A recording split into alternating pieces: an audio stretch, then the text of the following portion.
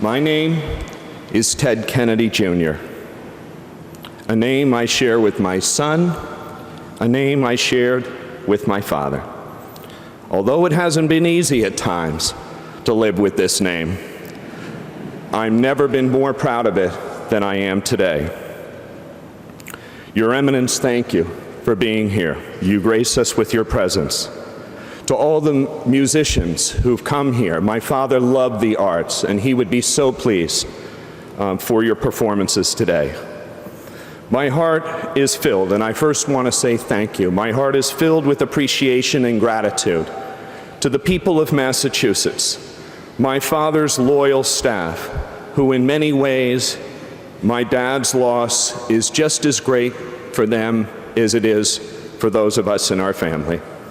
And to all of my father's family and friends who have come to pay their respects, listening to people speak about how my father impacted their lives and the deep personal connection that people felt with my dad has been an overwhelming emotional experience. My dad had the greatest friends in the world. All of you here are also my friends, and his greatest gift to me. I love you just as much as he did. Sarah Brown, the Taoiseach, President Obama, President Clinton, Secretary Clinton, President Bush, President Carter, you honor my family by your presence here today. I remember how my dad would tell audiences years ago, I don't mind not being president. I just mind that someone else is. There is much to say and much will be said about Ted Kennedy, the statesman, the master of the legislative process and bipartisan compromise, workhorse of the Senate, beacon of social justice, and protector of the people. There's also much to be said and much will be said about my father, the man, the storyteller, the lover of costume parties, a practical joker, the accomplished painter. He was a lover of everything French, cheese, wine, and women.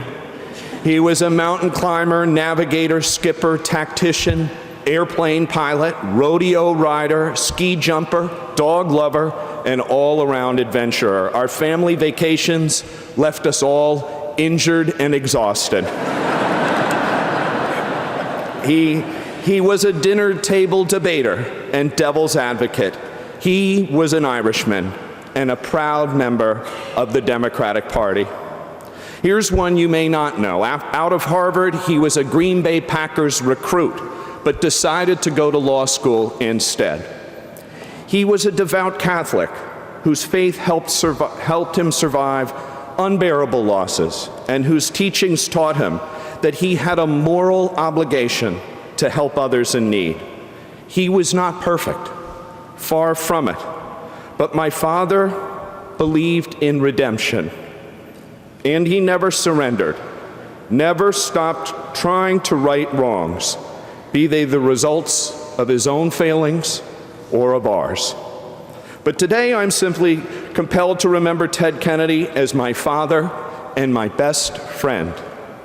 When I was 12 years old, I was diagnosed with bone cancer, and a few months after I lost my leg, there was a heavy snowfall over my childhood home outside of Washington, D.C., and my father went to the garage to get the old flexible flyer and asked me if I wanted to go sledding down the steep driveway. And I was trying to get used to my new artificial leg, and the hill was covered with ice and snow, and it wasn't easy for me to walk. And the hill was very slick. And as I struggled to walk, I slipped and I fell on the ice, and I started to cry. And I said, I can't do this. I said, I'll never be able to climb up that hill. And he lifted me up in his strong, gentle arms and said something I will never forget. He said, I know you can do it. There is nothing that you can't do. We're going to climb that hill together, even if it takes us all day. Sure enough, he held me around my waist, and we slowly made it to the top. And, you know, at age 12, losing your leg pretty much seems like the end of the world. But as I climbed onto his back and we flew down the hill that day, I knew he was right. I knew I was going to be okay. You see, my father taught me that even our most profound losses are survivable. And it is what we do with that loss, our ability to transform it into a positive event, that is one of my father's greatest lessons. He taught me that nothing is impossible. During the summer months when I was growing up, my father would arrive late in the afternoon from Washington on Fridays, and as soon as he got to Cape Cod, he would want to go straight out and practice sailing maneuvers on the Victoria in anticipation of that weekend's races. And we'd be out late, and the sun would be setting, and family dinner would be getting cold, and we'd still be out there practicing our jibes and our spinnaker sets long after everyone else had gone ashore. Well, one night, not another boat in sight on the summer sea, I asked him, why are we always the last ones on the water? Teddy, he said, you see, most of the other sailors that we race against are smarter and more talented than we are. But the reason why we're going to win is that we will work harder than them and we will be better prepared. And he just wasn't talking about boating. My father admired perseverance. My father believed that to do a job effectively required a tremendous amount of time and effort. Dad instilled in me also the importance of history and biography. He loved Boston and the amazing writers and philosophers and politicians from Massachusetts. He took me and my cousins to the Old North Church and to Walden Pond and to the homes of Herman Melville and Nathaniel Hawthorne in the Berkshires. He thought that Massachusetts was the greatest place on earth.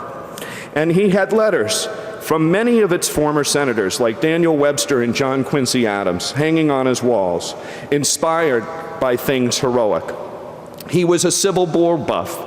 When we were growing up, he would pack us all into his car or rented camper, and we would travel around to all the great battlefields. I remember he would frequently meet with his friend Shelby Foote at a particular site on the anniversary of a historic battle, just so he could appreciate better what the soldiers must have experienced on that day. He believed that in order to know what to do in the future, you had to understand the past. My father loved other old things. He loved his classic wooden schooner, the Maya. He loved lighthouses and his 1973 Pontiac convertible. My father taught me to treat everyone I meet, no matter what station in life, with the same dignity and respect. He could be discussing arm control with the president at 3 p.m., and meeting with a union carpenter on fair wage legislation, or a New Bedford fisherman on fisheries policy at 4:30. I once told him that he had accidentally left some money, I remember this when I was a little kid, on the sink in our hotel room, and he replied, Teddy, let me tell you something. Making beds all day is backbreaking work. The woman who has to clean up after us today has a family to feed. And that's just the kind of guy he was. He answered Uncle Joe's call to patriotism, Uncle Jack's call to public service, and Bobby's determination to seek a newer world. Unlike them, he lived to be a grandfather, and knowing what my cousins have been through, I feel grateful that I have had my father as long as I did. He even taught me some of life's harder lessons, such as how to like Republicans.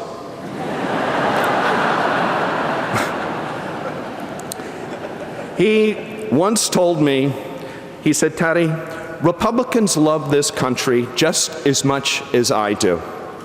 I think that he felt like he had something in common with his Republican counterparts: the vagaries of public opinion, the constant scrutiny of the press, the endless campaigning for the next election, but most of all, the incredible shared sacrifice that being in public life demands. He understood that the hardship that politics has on a family and the hard work and commitment that it requires. He often brought his Republican colleagues home for dinner, and he believed in developing personal relationships, and honoring differences.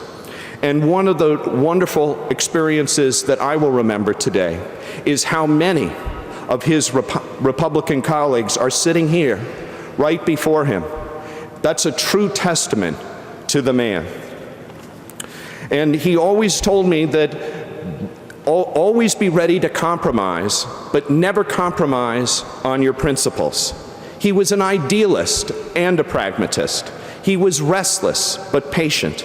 When he learned that a survey of Republican senators named him the Democratic legislator that they most wanted to work with, and that John McCain called him the single most effective member of the U.S. Senate, he was so proud, because he considered the combination of accolades from your supporters and respect from your sometime political adversaries as one of the ultimate goals of a successful political life.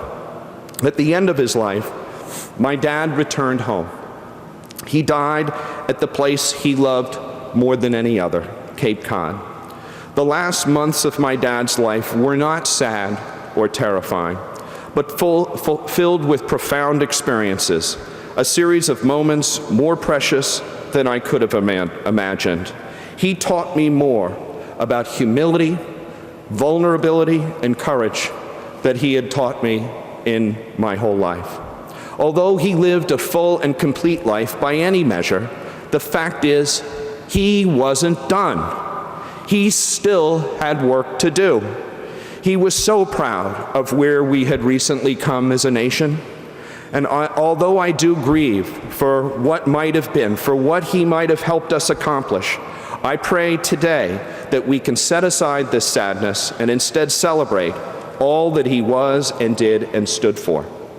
I will try to live up to the high standard that my father set for all of us when he said, "The work goes on, the cause endures, the hope still lives, and the dream shall never die." I love you, Dad. I always will, and I miss you already.